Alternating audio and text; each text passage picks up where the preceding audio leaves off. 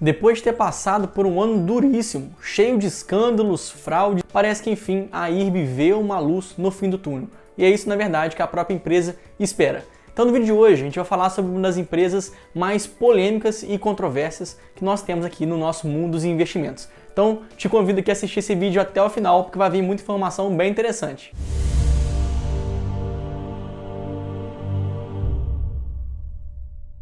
Fala aí, investidor e investidora! Antes de fato a gente começar o vídeo, queria fazer aqui um acordo com você. Se eu conseguir passar conhecimento e agregar valor para você, você vai me retribuir com uma inscrição no canal e um like no vídeo, fechado? Então vamos embora pro vídeo.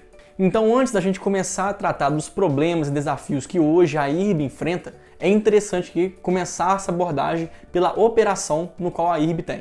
Na verdade, é uma empresa já muito antiga aqui no Brasil. Ela tem ao redor de 70 anos de atuação e, de fato, ela participou de vários eventos muito marcantes na história do nosso país. Então, a IRB esteve por trás, dando respaldo aos investimentos das seguradoras, tanto aí em projetos de portos, ferrovias, as grandes avenidas aqui do nosso país. Além do mais, ela também já esteve por trás de vários grandes projetos de algumas empresas, tanto que a própria Klabin, a Vale, a Eletrobras. Então, a operação da IRB realmente sempre foi muito conhecida aqui no Brasil, até porque durante várias décadas a IRB era uma companhia totalmente monopolizada, somente a União Federal tinha o controle sobre a empresa. Então, até mesmo por não ter mais nenhum tipo de concorrência, a IRB realmente conseguiu ter uma atuação muito importante para o desenvolvimento da indústria brasileira. Acontece que, desde 2007, a empresa não é mais monopolizada e agora começou a chegar mais players, mais outras empresas globais atuando no mesmo cenário, no mesmo mercado que hoje a IRB atua, que é o mercado de resseguros.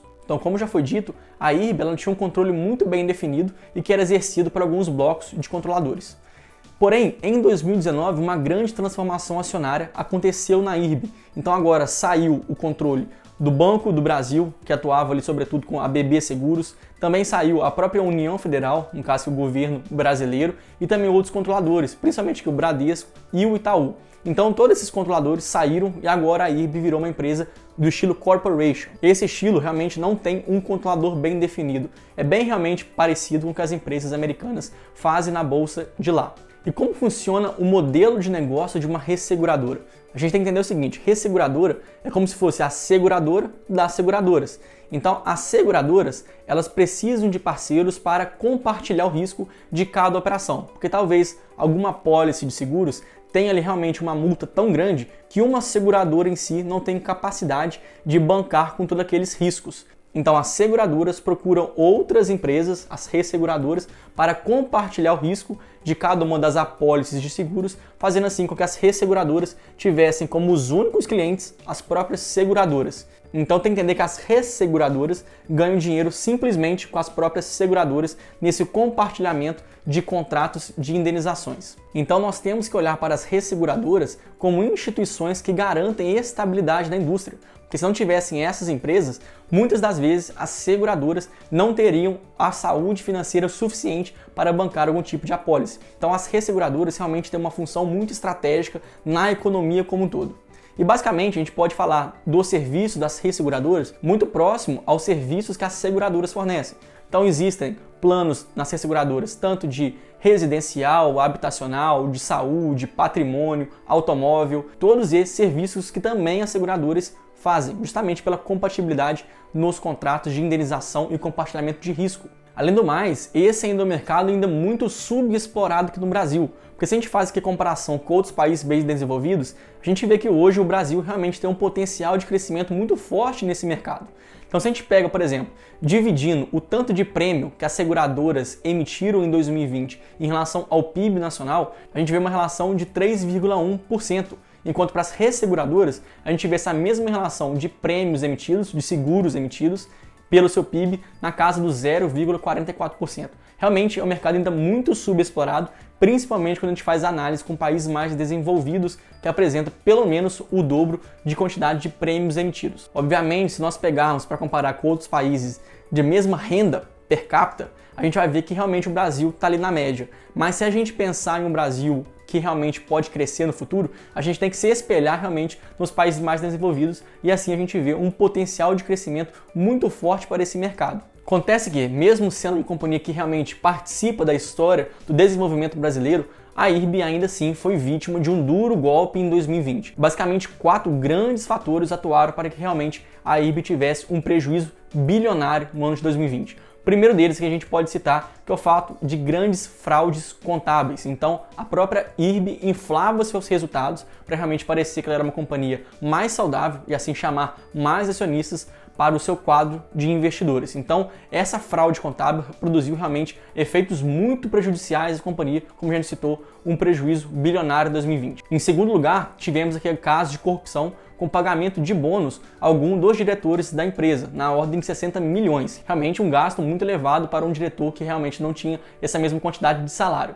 Em terceiro lugar, um dos diretores que tinha acabado de sair da empresa divulgou uma notícia falsa, sendo que a Berkshire Hathaway, que é a empresa do Warren Buffett, iria participar, tinham comprado participação na IRB. Isso aqui realmente é uma notícia muito falsa, mas que simplesmente por ter por trás o Warren Buffett, muitos acionistas começaram a imaginar que a IRB poderia realmente ter um ganho de capital muito alto, justamente porque é o maior investidor do mundo investindo em uma companhia. Então isso realmente gerava muita confiança no mercado, mas tudo isso foi provado que era tudo mentira. Então você pensa, realmente um diretor de uma empresa grande divulgando uma notícia falsa desse porte. Realmente isso repercutiu muito mal no cenário corporativo. Em quarto ponto, nós temos que a SUSEP, que é a Superintendência de Seguros aqui do Brasil, viu que a IRB não tinha solvência suficiente para honrar com seus compromissos. Então pensa, a IRB serve justamente para compartilhar o risco dos seguros com as seguradoras. Porém, a IRB não tinha dinheiro suficiente para garantir qualquer prêmio que os seus clientes tivessem cobrado, algum tipo de acidente. Ela não tinha um dinheiro suficiente para cobrir aquela pólice. Então, realmente foram 4 pontos muito nefastos que prejudicaram e muito a empresa.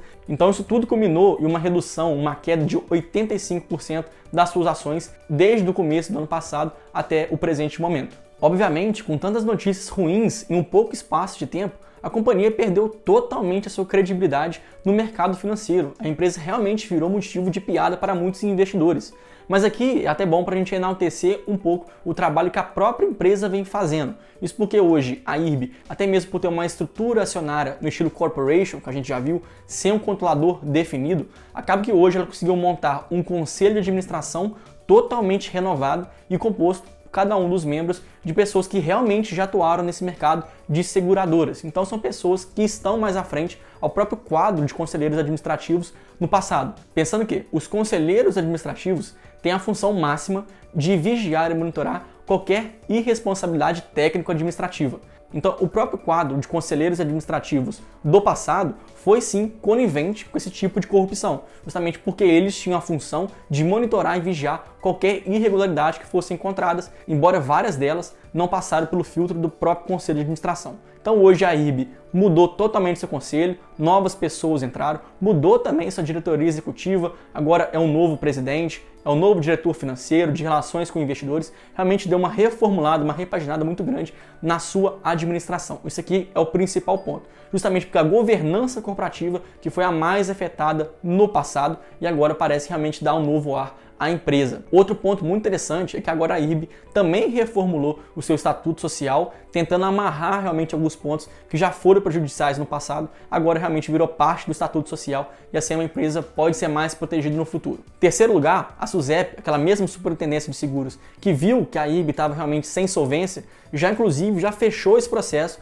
vendo que agora, assim, a IRB tem mais condições financeiras para honrar com seus compromissos. E em quarto lugar, até mesmo em reflexo, as próprias atividades agora da nova diretoria e dos novos conselheiros administrativos, eles têm feito um trabalho realmente muito importante. Isso porque eles pegaram todos os contratos que a IRB tinha no passado e começaram a revisar cláusula por cláusula, realmente para encontrar algum contrato que era mal feito. Encontraram vários, na verdade. Então hoje a IRB começou a cancelar vários daqueles contratos em que eram negociados com margem negativa. Ou seja, a IRB oferecia seus produtos com prejuízo. Então vários desses contratos já foram desfeitos, outros contratos ainda assim estão em reavaliação pela própria diretoria e os reflexos disso a gente já consegue ver. Então em janeiro desse ano a empresa realmente já saiu do vermelho durante vários anos, aí praticamente 2020 inteiro. Foi uma companhia que operou no vermelho, agora em janeiro ela já começou realmente a dar uma repaginada na sua história, apresentando lucro. Obviamente o lucro ainda é muito tímido, tem muita coisa para acontecer, mas ainda assim é um acontecimento muito importante e que dá até mesmo um gás para a própria diretoria, sinalizando que eles estão no caminho certo. Além do mais 2 alentos aqui para os investidores. Isso porque em janeiro mesmo, a companhia também divulgou que seu faturamento mensal, comparando com o mesmo período de 2019, foi 30% maior. Então, de um ano para outro, realmente um crescimento bem robusto. E outro dado muito importante que a gente faz aqui na análise, tanto para as seguradoras como também para as resseguradoras, é o índice de sinistralidade. Isso mostra o quanto a empresa gasta através da cobertura dos seus seguros em relação ao tanto que ela ganhou. Então, obviamente, quanto maior o índice de sinistralidade, maior serão os gastos, obviamente isso é ruim.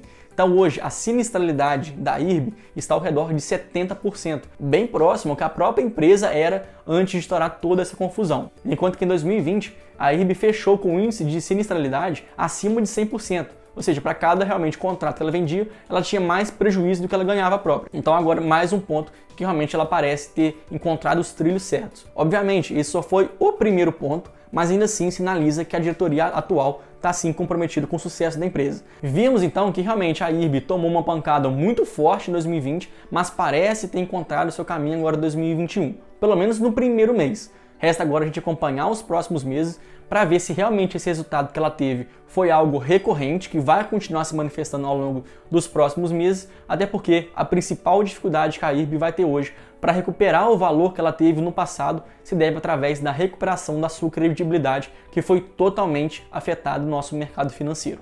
A IRB tem condições sim de voltar um dia ao que ela já foi antes. É uma empresa que consegue crescer, mas primeiro ela precisa consertar suas operações e depois recuperar a credibilidade. Talvez esse seja um processo que realmente vai demandar muito tempo para a IRB, embora ela tenha plenas condições de fazer isso no futuro. Então, se você gostou desse vídeo, já deixa aqui nos comentários o que você achou dessa análise de realmente uma empresa muito controversa, mas que parece, já começa realmente a andar na direção certa. Além disso, se eu conseguir agregar conhecimento aqui para você, não esquece de deixar aqui meu like, se inscrever no canal e eu te espero lá no próximo vídeo. Muito obrigado!